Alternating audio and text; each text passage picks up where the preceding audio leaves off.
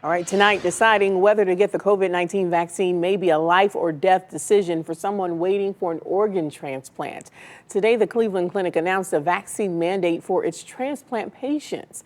A News 5 viewer reached out to us worried her procedure is now in jeopardy. Our Jay Jarvis takes a closer look at whether such mandates are even legal. Before transplant recipients and donors head to the operating room, many of them will be faced with another decision to make: to get or not to get the COVID-19 vaccine. I feel coerced.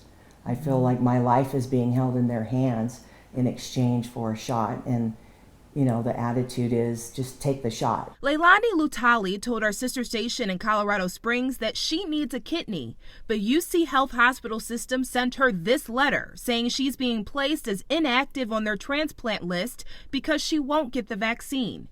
And it's not only happening in Colorado. Cleveland Clinic and University Hospitals both recently announced that they're requiring vaccination for transplant recipients and donors before surgery. A woman scheduled for a kidney transplant at the clinic in the next 2 weeks reached out to News 5 concerned about the policy.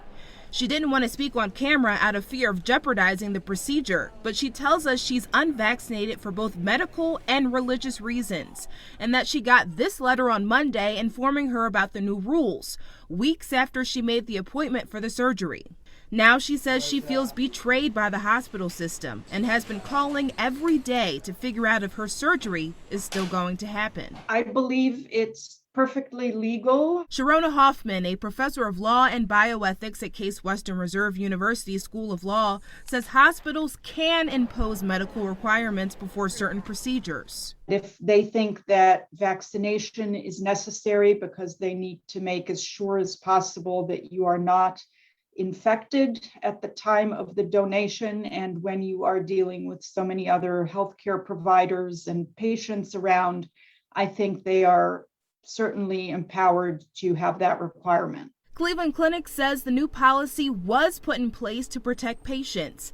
It said in a statement, quote, "Vaccination is particularly important in these patients for their safety. For the transplant candidate, in addition to a major operation, medications taken after an organ transplant weakens a person's immune response. Serious complications of COVID-19 are most likely to develop in those individuals who have weakened immune systems." Jay Jarvis, News 5. Now, we had more questions for the Cleveland Clinic about its new policy, and they tell us the vaccine requirement begins November 1st.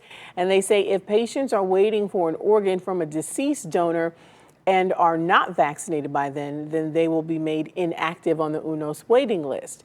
For transplants involving a living donor, both the donor and the recipient need to be vaccinated. As of this moment, no one's been removed from the waiting list because they're unvaccinated. Now, we first heard about this story thanks to a tip from a viewer like you. If you know about a story that you think we should be covering, we want to hear from you. Email your idea to wewsnewsdesk@scripps.com, or you can give us a call. That number's 216-431-5555.